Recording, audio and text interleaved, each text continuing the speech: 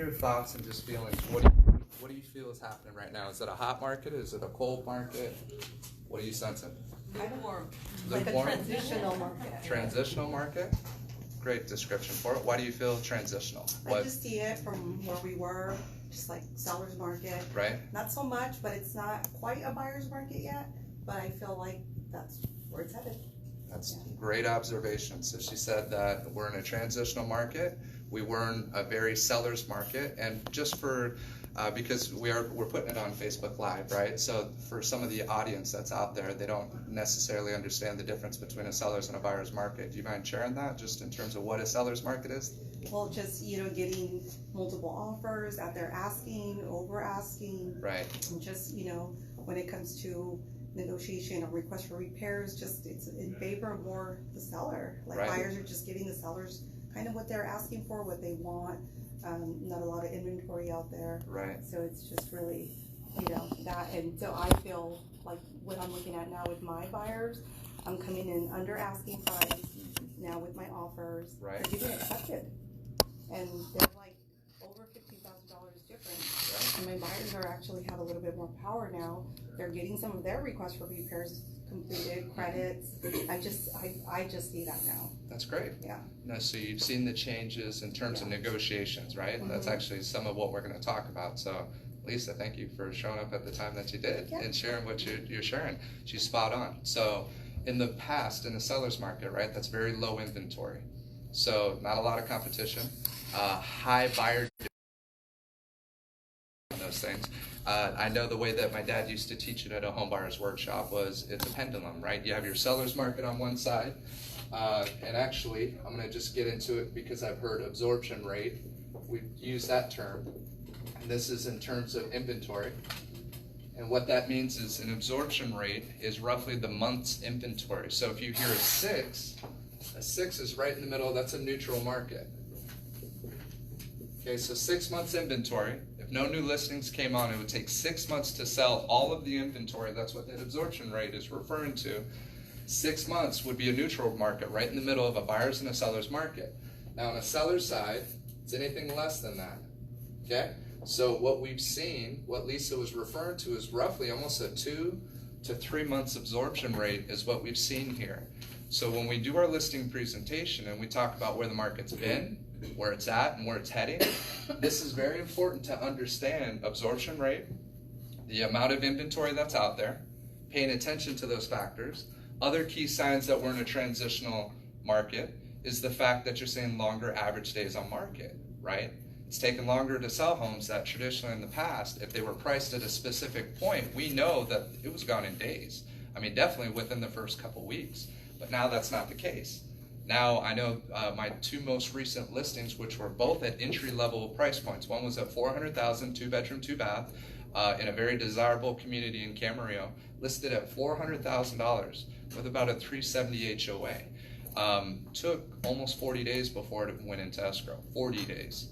Where in the past, that would have been gone in the first week if you had it at the right price, showing the right way. How you doing? Nice to see you. Showing it the right way, you know that it would have had that impact and gone right away. Now it took over 40 days for that property to go into escrow.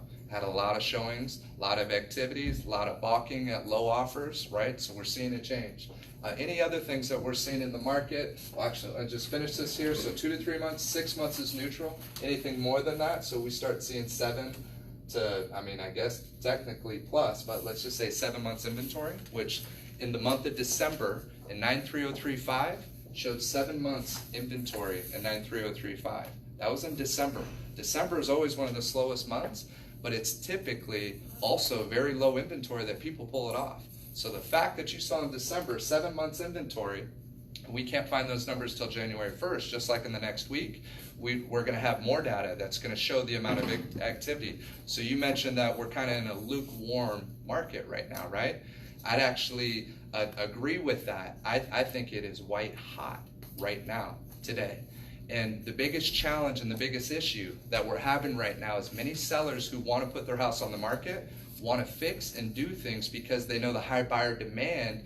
Buyers have high expectations in terms of what it is that they want. So now they're asking for more in requests for repairs. Now they want a new roof, even though the roof hasn't had any leaks in the last 10 to 12 years. I just had it on a transaction last year. It's like, what do you mean you want a new roof? There hasn't been a single leak in the last 12 years. Well, our home inspector came in and said that this type of tile isn't the best tile. Eventually it's going to need to be replaced. So we want a $21,000 credit, right? After that property hit the market, 2 days on the market, got more than a full price offer to get it accepted, right? And then sure enough, after we do the inspections and nothing could be found, this house had a pool, heater, everything, no issues on anything really, other than the roof, that legitimately the tile was recalled, so it was a legitimate issue, but still a $22,000 repair on something that has never had a leak in the last 12 years. You never would even try to do that as a buyer's agent 2 years ago. Now that's coming, and it's very common. So we have to set proper expectations to our sellers. We have to make sure that they're aware that these are the challenges that we have to overcome. So as we talked about previously, right? Identifying the challenges. These are the challenges that need to be coming up in these discussions, right? What is a common and average request for repairs right now? What are some of those things? But getting back to the market, and that's where I want to make sure that we're very strong and we understand that it's white hot right now. I say that because just at the recent open houses, the activity and the urgency for buyers to move has picked up. There's one that I did a couple weeks ago, over 20 people came in. This was a property, again, I said there were two properties I had that were both at low price points. This one's under $500,000, in camera, 3-bedroom, 2.5 baths at $485,000. There's less than a handful of properties that are 3 bedrooms under $500,000. This thing should have been multiple offer right out the gate. Shows well, travertine flooring, granite countertops, new furnace, new AC, almost 1,500 square feet. Sat for still almost 40, 50 days. Was listed previously before I got it. So that was one thing they had against them, because it was on the market for 120 days overpriced until I listed the property at a price that was right within the range. It was still a little on the high side. We started at $495, but once we got to $485, it should have been gone. Well, what happens, and this is some of what I wanted to talk about in our pricing strategy, is it's the amount of activity that we see that's happening at a particular price point tells us whether we're close to that sweet spot or not. So what we know and what we teach here at Everest with the pricing strategy is that if you have little to no showings, let's just say 0 showings, first week on the market, and it hits the market, we know the first 2 weeks are the hottest weeks, typically a property that hits, supposed to get the most exposure, most activity. We have no showings in the first 2 weeks. What does that mean? Too high, right? How high? How high would you say is too high if you had to give it a range? 20,000. It could be, and it's all based on the price point, right? So and 20,000 is actually a pretty close number for the average home that's around $400,000 or $500,000. So 0 showings in the first 2 weeks, and we're supposed to do this every 3 weeks. And we're supposed to have a conversation on a weekly basis with our sellers, telling them exactly how much activity we have that's going on with the particular property. If you have 0 showings, you're 7 to 10% overpriced. So, putting it in perspective, you're at $500,000, 10%, that's $50,000 overpriced. The reason why this is so spot on with the pricing strategy is because buyers have access to all the comps, all the information that's out there. They know when a property is priced well. Now we know what happens when a property is marked way underpriced. What happens and it hits the market? Multiple offers. And it's happening right now. There's a property in Ventura, and there may be others in here that wrote on that same property. It was right around, I'll just say around $525 for the price of it. 9 offers in 3 days. Over asking, way over asking. The buyer we were representing had quite a bit of money to put down. We didn't even get a counter. They went with the 2 highest offers that were over $15,000 to $20,000 higher than us, and we came in at full price. That's what's out there right now. And it's not to scare buyers, because part of this, when we start talking about this and get into it, you're going to see the reasons why a seller, if they're thinking about selling, they need to put it on the market today, right now. And that's our job, and that's the biggest hurdle that we have. It's the same discussion I was actually having with my parents last night about their property, that they have sellers that they're trying to list, and there's multiple people as a trustee sale, multiple people that are making the decision. One wants to rip out the carpet, scrape the ceilings, do all the things because it's going to be about a $600,000 price point. The other ones just want to put it on as is. 1,800 square feet in Camarillo, detached home. It's going to be right at about $600K if it goes on as is. But the trouble is one of the sellers wants to make sure that we do these things before. She's embarrassed to put it on the market in its current condition. Same thing happened to my parents the year before. And they had advice, the sellers had advice from a friend that meant well, that no, you need to put a pergola in the backyard. Took an extra 3 months. This house was on a busy street. Took an extra 3 months to finally get the house on the market. Ended up at 3 months prior, they could have got close to 600. 3 months later, after the inventory filled, as we talked about, in terms of the absorption rate and the competition picked up, now they're on a busy street trying to get 600,000, and every buyer's looking tick for tack in terms of what it is that they want to get for that property. They ended up selling it almost $50,000 less.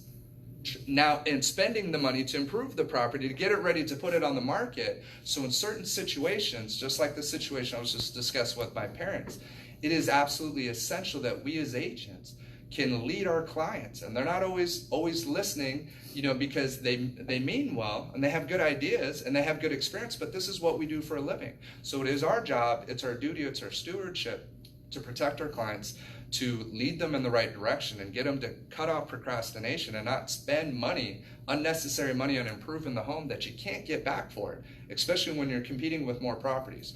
So the things to pay attention to if you have clients that are thinking about selling in the next 2 to 3 months, and they're trying to fix their house out and get it HGTV ready, right? Because they want to get every penny that they can.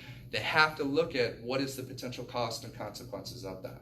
So if you have a high HOA, which is what I had with that property I mentioned, listed at $485.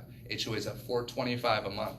That's pretty common right now. You see it all the time, right? So if you have a high HOA, get it on now before all the competition's out there. Because otherwise, when you're competing against everything else, and you're a buyer looking at that market, you see a 400 plus HOA, you're gonna go elsewhere.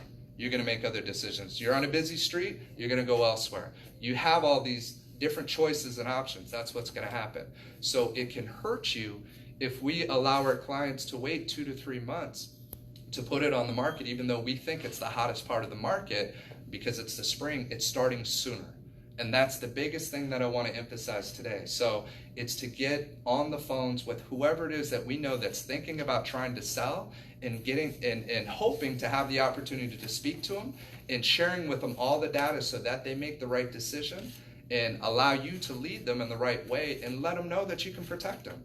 You can protect them if they can't find the home that they're looking for. You can protect them. You have more negotiating power right now with your sellers to ask for longer escrows, to ask for a rent back situation. There are other options out there. It's not like we get it in escrow and now we got to be out 30 days from now, right? There's a process to it. And even right now, even if you list it at the right price, there are situations that are going out multiple offers, but there's others that are still just sitting. And that again gets back to our pricing strategy. So 0, we're just saying 0 to even 3 showings, but we'll just leave it at 0 is 7 to 10% over price. Now let's say 3 to 5 showings. Can anybody guess roughly how high you are? You get 3 to 5 showings in your first week, but no offers on the table. Means overpriced again, right? But roughly how much would you guess? 4 to 5, that's a good guess. I always say, I put it at roughly about 3 to 5% overpriced. And usually on the 0 showings, I'm actually closer to the 7 than 10, especially at the prices that we're at with our purchase price. But you need a significant drop if you're not getting any activity, any showings, okay? Now 3 to 5 showings, now if you're getting 5 plus showings, which I had just recently, typically that's 3% overpriced, okay? So we want to discuss this pricing strategy because every home will sell if it's at the right price. No matter what the situation is, you get it to the right price, it will sell. We got to find that sweet spot. We got to find that for our clients, and we don't know truly until it goes onto the market. We may have a good idea, We may have great experience and know traditionally what's happened, but as we're talking about, this market continues to change. So as we talk about the cycle, which we're going to talk about next, and I know I've touched on it before, you're going to see that the longer that we go through time, we're talking bigger differences in terms of what they can walk away with in equity. But the 3% overpriced, this is very common. So the recent property that I had, and so I'm going to give it just a little bit of a caveat. If you see this is happening in the first 2 weeks, this is roughly where you're at in terms of percentages. Now, the other thing that you got to take in mind is the average days on market. As we said, it's taking longer for homes to sell right now. On average, you're seeing a lot more closer to the 90-day mark, some over 100+ days as an average days on market to get their home sold. That's 3 months. 3 months to get a home sold, or not to get sold, to find a buyer, to put it into escrow. Then another 30 to 45 days after that. So your listing agreements, I mean, company policy is minimum 6 months, but we need to be looking at closer to your listing agreements. If you're committed as a listing agent to a seller, it's our neck that's out there, it's our money that's out there, it's our reputation. If you have a property that's out there for more than 30 days that doesn't go into escrow, what do you think that does to you as an agent in terms of that neighborhood? Do you think that's good or bad for your reputation? It's typically not positive. But see, the thing is many more people are going to see more of that, and we've already been seeing that. And we almost were at a dead stop towards the end of the year. I know, talking to different title reps and different agents, different people, everybody's saying, okay, in the LA market, it's slowed down. Are you seeing anything? What's happening? Literally after January 1st, it's like it turned on. The market just turned on. I think people enjoyed their holidays this year. There were still some people that were purchasing, but I feel like more of that was being appreciated and just enjoying time with the family, going on vacation, doing those things. But literally after January 1st, it has picked up and it's turned on, and the homes that were sitting are starting to move. You're starting to see the multiple offers, and we're talking all price points. $1 million+ is happening right now. So the interest rates are super low, and that's the reason why the buyers are purchasing right now. Now we're going to talk about just in terms of the market, and I know I'm going over a bunch, but I want to cover as much as we can here today. So this gets into the market discussion. We talked about where it's been, where it's at, and where it's heading. Okay, so I'm going to give the example of the first place my brothers and I purchased in 2004. It's in Mission Oaks, one of the colony homes, no HOAs. We got it at $415,000 in 2004. We paid $415 for it. Put it in perspective, it's a 3-bedroom, 2-bath, roughly about 1,200 square feet in Mission Oaks, no HOAs. They're called single-family dwellings, even though they're attached. They look like the duplexes, and it's one side of it that you own, right? But it's actually zoned as a single-family residence. No HOAs that are regulating it, which was the plus and the reason why we purchased it at the time. Has a yard, it's got a little bit of a space, but we got that at $415 in 2004. 2006, I would say, was the peak of the market then, okay? So 2006, the highest that it went up to was roughly $550,000. I sold the neighbor next door a year later at $500. I think they bought it at $515. And then about a year and a half later, I remember the highest sale was at $550 for a model match for that property. That was roughly 2006.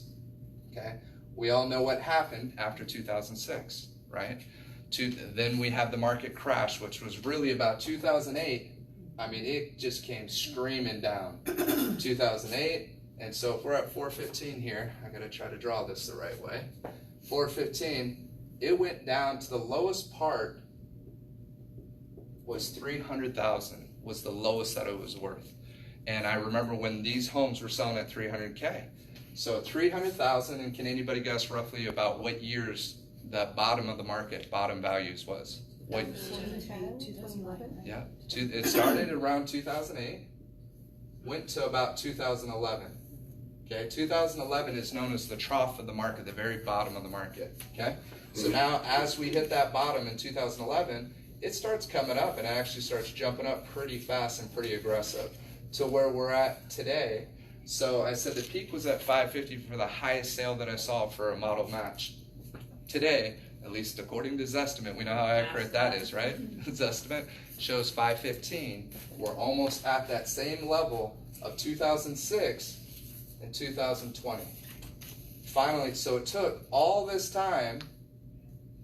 If you do the math and try to figure it out, and we talked about 2011 being the bottom, traditionally, look, you see here, and this wasn't, I didn't buy it at the bottom of the market, I bought it towards the top. And I remember at the time, the loan officer helping me out said, "Are you sure you want to purchase?" And I said, "Yes." I said, look, these houses are appreciating $20,000 a month. Why wouldn't I want to get into it? Again, this was at a time that they didn't really document your loans in terms of qualifying for loans and documentation. No doc loans. There was a lot of these things going up. And I'm bringing up some stuff that's going to strike a chord with some of the agents that are here and that have been in the business and doing this. I know it hit me. And it hit me, and I ended up going to law school in 2010 to 13. And in 2010, I remember the biggest thing that I thought about was my friends and family who lost homes during this crash, right? And the common thing that came up in law school was it was our fault. Real estate agents were the bad people. It's our fault, and it was our fault for doing it. Yes, ma'am. Do you know why it took so long? Why what? It's been 12 years since 2006, and people are still losing homes. Okay, beautiful question. So she asked, why did it take so long? So some of the things that we're going to get to, I'm going to show that in just a second, in terms of how it took too long. Well, what I want to hit on is when the market crashed, this is what happened and had the impact in terms of it taking long and also coming back to where it's at and being a very healthy real estate market. So what happened with the crash was Dodd-Frank was the big thing that was passed by Congress. Is anybody familiar with Dodd-Frank? You guys heard of Dodd-Frank? I've heard of it. Okay, Dodd-Frank is strict regulation on lending practices. It was complete, so they were called toxic loans. The loans in the past, you had option arms, you had adjustables. For many people, the couple friends that I know that lost their home, first, they worked with loan officers I didn't recommend, and it's not to blame anybody, right? But the one promise and commitment that I had in law school when I came back is that I was going to have a positive impact on the real estate community and that I was going to find a way to make sure that no client of mine ever lost their home again, no matter what it was. And that's what we teach. And that's why I can feel comfortable and confident, even sharing this in terms of what's happening in the marketplace, that if somebody buys today and I'm representing them, I feel confident and I believe that it's the best decision for them as long as they get set up on a 30-year fixed loan, something very conservative within their means that they can afford their payment. You buy when you're ready, not trying to bank it off of the timing of the market. Real estate is a long-term investment. Long-term investment. You need to plan to hold on to it. As you said, it took so long, right? It's called, in sales, it's called the buyer's itch. There's an itch cycle for every single type of product. For real estate, does anybody have a rough idea of what the itch cycle used to be in the past? Just guess, just in terms of number of years. 7 years, actually, that's it, 7 years. So 7 years was roughly that itch cycle of, okay, I bought a place, now it's time to move on 7 years later. Right now, it's closer, and this was something Rick Davidson spoke about at one of our summits a year or a couple years back. It's closer to 12 to 14 years. So because of that crash, many more buyers have been a little bit more skeptical about getting into the market because they saw their parents, they saw family members lose their homes and one of the biggest investments. But it was sloppy lending. There was a lot of different practices that were predatory practices that basically were set up to fail. These were adjustable interest rate loans, knowing that the interest rates are going up. So now people are barely getting in, because I remember $3,000 a month to get into the entry-level property, the same type of colony home I'm telling you about, that's entry-level into Camarillo. It took a $3,000 a month mortgage payment to do it on an adjustable rate, paying no principal. You're adding to the principal off your interest, so you're not even paying down the loan. It was set up to fail. So Dodd-Frank got rid of that. They're called toxic loans. So when you speak to your clients, you can let them know, yes, it is much more difficult to buy a home right now. That's a good thing. That's a healthier market. That's a more stable market. Because what was happening with the $20,000 a month appreciation was out of hand. People were just using their houses like ATMs and just pulling money out, buying boats, going on vacations, doing everything with all the money that it was just this craze. In terms of, and then buying as many properties as they can that they truly couldn't afford, but they knew, hey, if I get in, I'm gonna make a bunch of money and do it really quick. That's not a healthy market. So when we got rid of all the toxic loans and then also took away the incentive to put people, those loans that were very bad paid a lot of money to the people that were putting buyers onto these. Now, I'm not trying to act like I'm 100% innocent in this situation. I was naive. I was a new agent into the business in 2004, right? I thought that, wow, we're in Southern California. There's only a limited amount of properties that are available. The sky, it's just going to keep growing and growing. I'm seeing Santa Barbara hitting over $1 million for a little 600, 800 square foot property, selling for over $1 million. It's like, wow, Santa Barbara's getting over $1 million for theirs. There's no reason to think that we're not going to get that here in Camarillo or in Oxnard or Hueneme or any of that. If they can do that there, then we should at least be close to that. And it did. I mean, it got to where there were no properties under 500,000 in Ventura County as we started hitting that peak. But it's very important to understand in terms of where we're at with the cycle. So as you talk about the length of time, 5 to 7 years of growth, and it was, you know, down here before it got to that 2006. But look at 2006 to, we're just going to go to 2011. How many years is that? 5 years of decline, right? Before it finally hit the very bottom. Now, what a lot of buyers will tell you is, well, I'm going to wait until the market drops down to the bottom and then I'm going to buy them up. Why doesn't that work for most people? Any ideas of why that doesn't work for most people? Well, typically, there's no crystal ball, so you don't even know when that's going to happen. Right.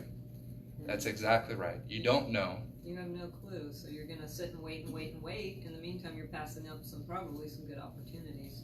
Absolutely. So And great points. Yes, And Lisa. kind of what like you touched on when my clients tell me that, like, oh, well, like it's gonna crash the way it did in 2008. Right. And that's exactly my approach to that. Well, those were bad loans that were being given out that caused a lot of that short sale foreclosure frenzy. Right. Because they really should have never been able to qualify for that home. Absolutely. And that's kind of where, truly, I think, It's I don't true. think that we're gonna have that kind of market again. Right. Because like you said, they got rid of the toxic loans. They did. So. They did. No, great point. What were you going to say? Well, the other thing too is that we don't know what the interest rates are gonna be. Absolutely. And that's the other part of it. Like, you can wait, but maybe the property values might be down, but your interest rates go up higher. So And your I think payment the thing goes of up. it is if you Yeah. find the right home right now. Yep. With the interest rates being the way they are, and you're looking at it as a long-term investment, and you Right. wanna raise your family in, you know, why wouldn't you wanna purchase right now? If you Absolutely. find the right home. Absolutely. That was spot on. And in terms of interest rates, just saw one just the other day, 3.3%. 3.3%. It was an FHA loan, 3.3%. You get an investment with a 3.3% loan, you can't go wrong. You can't get rid of the house. It's hard to sell that property, right? That's something that you want to keep. That's a great investment. 3.3% interest. Yeah. And then I saw a refi for somebody who was doing the 15 and the 2s.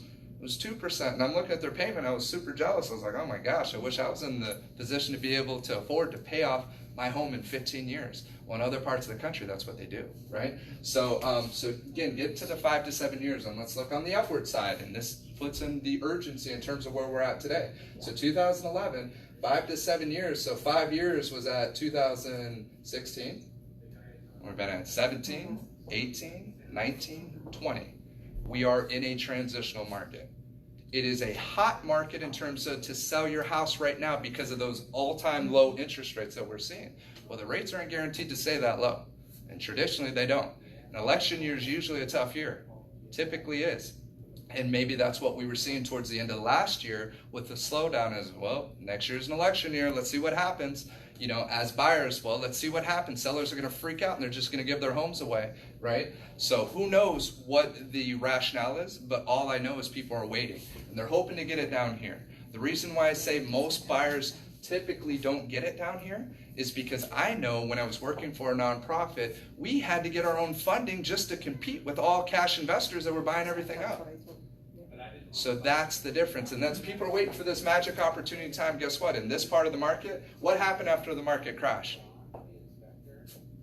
Everybody, many people lost their jobs. Companies folded. Companies went bankrupt. Pensions were taken away. People worked for companies for over 20 plus years and they restructured and took away their pension. All kinds of things were happening to the economy and the market. So if you can't bank on that, if you're banking, if you have money, if you got money in the bank and you got it aside or it's very liquid wherever your money is, and the market comes down, yes, you're ready and you can take advantage of it as long as you can qualify at that point. If you got all cash, you're good. A majority of people don't have that. So a majority are financing with minimal money that's down and they're trying to get into their first home. So unless they get some type of creative program, and there's down payment assistance programs, there's other programs that are out there, it is very challenging to purchase here. Now, I'm sure we all know a few people who got lucky and were able to buy homes at that time and have done exceptionally well, and that's awesome. Very happy for them. A little jealous, but happy for them, right? I wish I could have been in position to do the same thing. But those are important things to keep in mind, right? So that market and that cycle from 2011 up to 2020, we're over 9 years plus past that, okay? 9 years past the traditional 5 to 7. We are going towards the, as high as I have it up right now, I'd say more realistically, it's much more evened out. At least in the strongest reports that I'm seeing is somewhere between 2 to 3% appreciation for 2020. Those are the strongest. And then others that I'll talk to that are coming from out of state, they're like, well, wait a minute, the house you're selling right now, 3 years ago, they bought it almost 100,000+, so it's appreciating at $20,000 a year. That's what they're saying over. And it's like, yeah, it looks that way because you've seen that height jump. But what happens is when that inventory shrinks up, everybody's buying everything, and those properties are going way over asking. We're not seeing that right now. Seeing it some, but not to the same level. So now in neighborhoods that you couldn't get into 2 years ago, you can get into now. And my wife and I actually bought 2 years ago when everybody said was the wrong time to buy. But I purchased because it was 4 streets from my parents, in the neighborhood I wanted, has a huge yard, well, huge in California, 9,100 square foot lot, right? That's a big lot for us. So it had the lot. The house wasn't that big, but it wasn't about that. It was enough for my family to grow, and it was bigger than the first house that I mentioned to you, right? So it was an opportunity to finally buy in that neighborhood. So I knew that if I put enough money down, which in the past, for our prices, you needed usually about 20% down to make it where your mortgage was roughly the same as what the rental rate was. This is a very important concept to know and grasp, because this is how you can look somebody in the eye, even if they lose their job, even if something happens to them. As long as you can rent it out for equal to or more than what your mortgage payment is, and it's fixed for 30 years, you won't lose your house. You'll have somebody else making that payment. Yeah, you may have to make some adjustments. You may have to move with family or do something, but you can feel good that they can keep their investment because they put enough money down. So right now, with the rental rates going to where they're at, you actually don't need 20% to be able to match that anymore. And there's programs that are out there for 5% down, 10% down, that it's actually almost essentially the same as that payment of what you can rent it out for. So you don't need 20%. Most situations, you still need more money down, but in a lot, you're not off by much in terms of what the going rental rate is. So other key factors to keep in mind, but more importantly, this is how when we talk about when it's right for the buyer to purchase, that's the time for them to purchase. Not trying to base it and time it off of this. And if you can be smart enough, and I did have some clients that were lucky to do it. They bought their house, it was in Thousand Oaks, Sunset Hills, at a time the market's coming down. And it was close to 600K, the asking. They dropped it down to 575. We wrote a $500,000 offer, knowing the market's coming down. Wrote a 500. That place right now is worth over $900,000. But they bought it knowing, and they bought it at 5, knowing it was going down. They saw it go down to 4. But right now, today, it is well over. And this was a few years before I went into law school, so they probably purchased it closer to down here. Yeah, just crazy. But one of the awesome opportunities. But again, they didn't buy it thinking, okay, we're going to move into this place, make $20,000 a month every year. No, it's a long-term investment. So they're still in that house. They're not selling it. And they didn't sell the first one. They were neighbors to us at the first place. The first colony home property, they still have that and they're renting it out. So there's opportunities that are out there, but we have to do it in the right way. We got to lead them in the right way. And the biggest thing that we're going to get back to is why we need to overcome that objection, because if you take that chance, we go through another cycle. You mentioned in the back, why did it take so long to recover? It's actually pretty close to what it should, but it was on the longer end. 5 to 7 years. 2006 peak to 20, we're roughly at the same. That's 14 years. That's 7 years of decline, 7 years of growth. And it was actually 5 years of decline, right? And more like 9 years of growth. And I still think we're going to have a little bit of growth this year, but you take that chance. Because even last year, we were already seeing some homes sell lower than market value, because a lot of sellers are still basing their numbers and their situations off 2017 and 18. mostly 17. 17 was a hot market. So they know of sellers who sold in 2017. That's the comp in their mind. Oh no, I remember that house went out at that price. We're not in the same market as 2017 as we are today at 2020. Okay, does that make sense? We good? Yeah. Any questions about that? Okay. Just want to make sure that we're hitting everything that is important in terms of that. Trying to think of other situations that we're talking about. How are we doing on time here? Okay. Any questions before getting into the next segment here?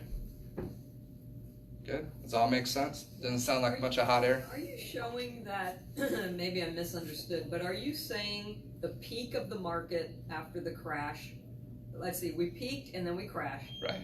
Are you saying our peak now is not surpassed that last peak? Because I think it has. I think we've already surpassed. Certain situations, Yeah, yes. think I actually we've think we're passed past it. So you brought up, and thank you for bringing Some that of the up. ones I'm looking at in Ventura, I look back even in history and we've passed it. Some places, yes. Peak. Yeah, maybe not everywhere, but No, some, definitely. In some areas, I actually think that we're past. So as I drew it as a straight line up, I think we're past that peak. So the stages, and this is also something I learned from Rick Davidson, is we were in the growth stage, but they thought that this was really tailing off 2 years ago, and we've grown since then. So it's still grown. That's what I'm not saying. The sky's not falling to the point that, hey, you got to do it now or you're doomed. You're going to lose tens of hundreds of thousands of dollars. You risk it. We know what's happening today. That's the only thing that we can give our professional opinion of exactly what's happening today, what's just recently happened, and what can we strongly predict is going to happen in the next 30 to 60 to 90 days. That's really the best case scenario what we can do. If my gut is right, we're going to get closer to that hyper supply stage this year, I think, than we have traditionally in the past. So what these two phases are, again, is growth stage was on that tail end, that 5 to 7. Once sellers start thinking that they missed the peak, and I agree with you, I feel in certain situations, one of the homes that we just sold at 740, they bought it 13 years ago at $760,000. It took 13 years for us finally to get to almost the amount that they paid back then and sold it. And theirs at 740, well, it was over 740, but at 740 was almost 30 to 40,000 higher than the other comps that were similar, selling at 710, 715. So we did well at the 740 price, but that still was less than what they bought 13 years ago. So I do think that we're not at the very top, but in certain situations we've already passed it, and that's because of the longer average days on market. But that hyper supply, it's when that inventory just starts filling up. And the proof of that was that 7 months inventory we saw in 93035. I've never seen that much in 93035. That's a hot market. I mean, yeah, there are some higher priced properties with Melrose and things that are slowing things down. Some of those in the area over by the harbor, it's over 200 plus days, average days on market over there, 200, because of the Melrose, the high HOA, and all that included. And you get I mean, it's luxury living, it's beautiful out there. But when you have 4 or 5 of those you're competing against, you got to have the best of the best in terms of updates, everything else for somebody to spend almost $600,000 to purchase it for a condo or townhouse. It's, 3 stories for these properties. Then you tack on almost 400 plus an additional, there's 2 HOAs and then a Melrose that's almost, I think the Melrose is, it's at least another couple $100 a month is what you're paying. So you're spending almost an additional $700 a month on top of that payment of buying at $600K. That's why your average days on market's over 200. That's why out of the, I think it was 10 to 12 that tried to sell in the last year, only 2 of them sold. And one did sell higher, that's kind of throwing things off, but that place had all the best updates and upgrades in the place, so somebody was able to justify $675 price. Everybody else, they're dropping, or expiring or canceling, and now they're getting under the 6 mark. And then you have agents who come in and set the expectations too high that, oh no, see this other one that went pending? No, that one, you're not comparing an apple to an apple. Look at everything else, look at the history of all these others that have canceled and expired. Okay, so that is a possibility and it can help. But I do agree, and I feel we're past the peak in certain areas, and I feel that the hyper supply is that next stage. So again, you want to show the data, you want to show it, and when we talk about that real estate listing presentation, which I'm going to do another quick overview, because we hit on the market. There were only a couple other things I wanted to talk about. One was contingent offers. How do you guys feel about contingent offers? People don't like them. They don't, right? Not our favorites, but you gotta do them sometimes. Gotta do them sometimes. Remember, as homes start sitting on the market, because I've talked to top agents that have told me, like, I don't know what to do right now. Every house I've listed is sold in the first week. They literally don't know what to do if it's sitting more than 7 days. They're freaking out. And I gotta admit, I've done the same, where it's like, oh my gosh, it's 14 days. This property's priced right. Why aren't we having showings? Why aren't we having the calls, right? But we're not just sitting there waiting. We're proactive. We call people. We call agents. We start generating activity. We start door knocking. We start creating a buzz. We set up an open house. If we need to bring in some food or something to attract the neighbors, that's what we have to do, because we need to get that interest in there. We need to bring it in. But contingent offers, the reason why I bring this topic up, and then strategy of some of the buyer's agents, not picking on any buyer's agents in here, but these are the two things I want to make sure I touch on. So contingent offers. Traditionally in the past, when you're comparing your offers, you got all terms the same. Same amount of money down, same everything. One's contingent, meaning they have a house to sell, and then one's non-contingent. They don't have a house to sell, right? You get two offers, everything's identical other than those factors. Typically, what are you going to advise your client to go with? Contingent. Non-contingent, right? Usually, it seems like a no-brainer. That's the route that I'm going to go. So that's true in the past, and it's still true for the most part today. And I'm saying for the most part because there are some exceptions there, especially as that home starts sitting on the market for a longer period of time than you were expecting. And now you're worried about being tied up with a contingent offer, with somebody who has a house to sell and they can't sell their house and it's going to take a long time. You need to be very diligent if you take a contingent offer. You need to know exactly what that other property is, what they're going to list it at, but more importantly, who's the agent, okay? The agent matters, and the agent on a contingent offer matters. And in my opinion, taking a contingent offer with the right agent, if I have any of these solid top agents in here that I know are good communicators, they know how to lead their clients to making sure that they price their property right, they know how to work together, they know how to communicate and do it, I will have the most motivated agent with a contingent offer because of the two commissions that they're going to be getting paid. One from our seller, right, to them as the buyer's agent, and then from their agent on that second commission. So that commission that contingent offer is going to have for that agent, if you have the right agent, keep emphasizing the right agent. And you can't always be picky in terms of who we get to pick with what we're working with. But you really got to be diligent and ask the right questions, because opening up to that could make the difference of whether or not you sell your house. And the reason why I say that is if you shut off contingent offers and you think that there's no way, first of all, think of the price point of where we're at. Affordability. Most people that can afford the nice properties right now have to sell something in order to buy that property. They have to. So there's ways we can protect them on the seller side. And that's what we are going to talk about. And we're going to focus just on the COP form, contingency on purchase, because there's ways to protect your client. If you're on the buyer side, there's ways to protect your client on the seller side to make sure you can still take a contingent offer and still advertise and do what you need to do to get backup offers. Because that is something that we have to do as listing agents right now. It's not just taking the highest offer. We think, okay, that's the highest offer, let's go with that one, right? And then we go into escrow and hoping that everything works out. Because we talked about the challenges that are coming up. Buyers are asking for more. Appraisals can be issues, right? So you have two key things that as a good listing seller's agent, you have to continue going for backup offers. It's not that you want to disrespect anything with those buyers that are in escrow right now. It's nothing against them for that. It's about protecting your sellers, because if you don't, you're going to get a $20,000+ request for repair. It is very likely. Not every time, but it's likely, because the buyers have a lot of leverage right now.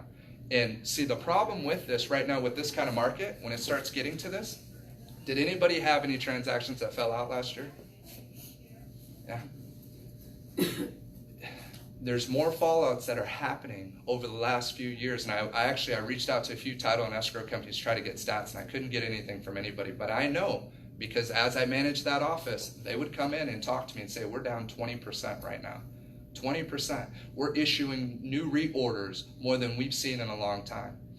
When you start having this wide range of whose market is it? Is it a seller's market? Is it a buyer's market? Are we neutral? It can be a good market, but right now there's a lot of uncertainty. So you have agents that are over negotiating, and this is where I talked about strategy for buyers. You have agents who are in a multiple offer who will write way higher than they know that that appraisal is going to come in, right? And they're doing it just to secure the offer and eliminate the rest of the competition. Now they're banking on a low appraisal. What if appraisal comes in?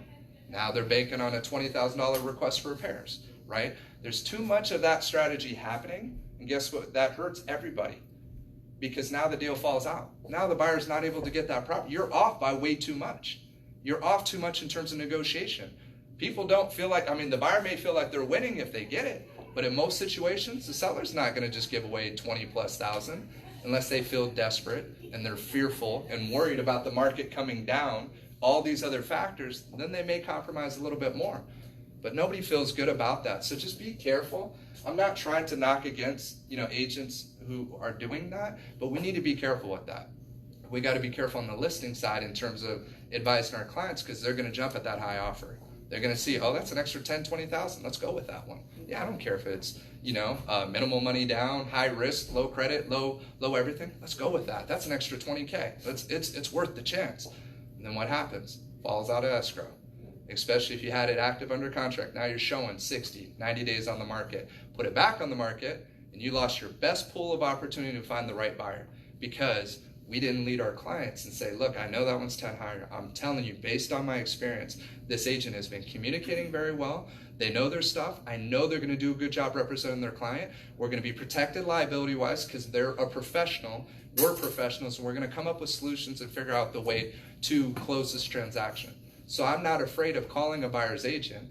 And, if any of us have worked together in the past, we'll know that I had that honest conversation. It's like, look, we're going to go forward with your offer, but let's be clear in terms of these are the challenges I see. We got to keep it within reason. Otherwise, we're going to have to keep this property available. So when you're on the listing side, don't be afraid to have those tough conversations up front. Set proper expectations. That way we can successfully close the transaction. Now, you can't guarantee any of it's going to go based on those expectations that you set, but you got a better chance of not being surprised and caught off guard day before 17 days of the removal of contingencies. Hey, this is what you got now. Take it or leave it. We don't get every single penny we're walking. And I've heard that happen multiple times. And my $20,000 request may sound egregious. I saw 40 plus come into the office. $40,000 adjustments between credits and price changes in the $600,000 to $700,000 range. 40,000. It's crazy. So that's not healthy in terms of that type of negotiation. So we got to be better. We got to be proactive, and we got to stress to our clients about why they need to get it on now. So I know that was a lot. It's a lot, and it was a lot of fast talking, but just wanted to make sure these were the key highlights of what I wanted to emphasize. And the biggest thing that I want to just finish with is just, it's about reaching out and connecting to our clients. And it's not trying to push them to do anything they're not ready to do, but hopefully having the opportunity to sit down and show with them the reason why it's in their best interest, if they're thinking about selling, to get their house on the market now. Because if they don't, right, we're all guessing, we're all speculating right now in terms of, I don't think we're going to see the huge crash, but I do think we're going to see an adjustment. And I would not be surprised if it's a pretty substantial adjustment, because that's how the real estate cycles work. But again, if the buyer buys it for long term, they're fine. If they can handle the payments and they truly can't afford the house, they're good. And it's a great investment, and they're going to create wealth. They're going to have the write-offs. They're going to do all the things. But the last thing I said, I was wrapping up. There's one other thing, and you've heard me talk about it before. It's right under 700,000 people left the state of California in 2018. Since 2011, more than 500,000 every single year have been leaving the state.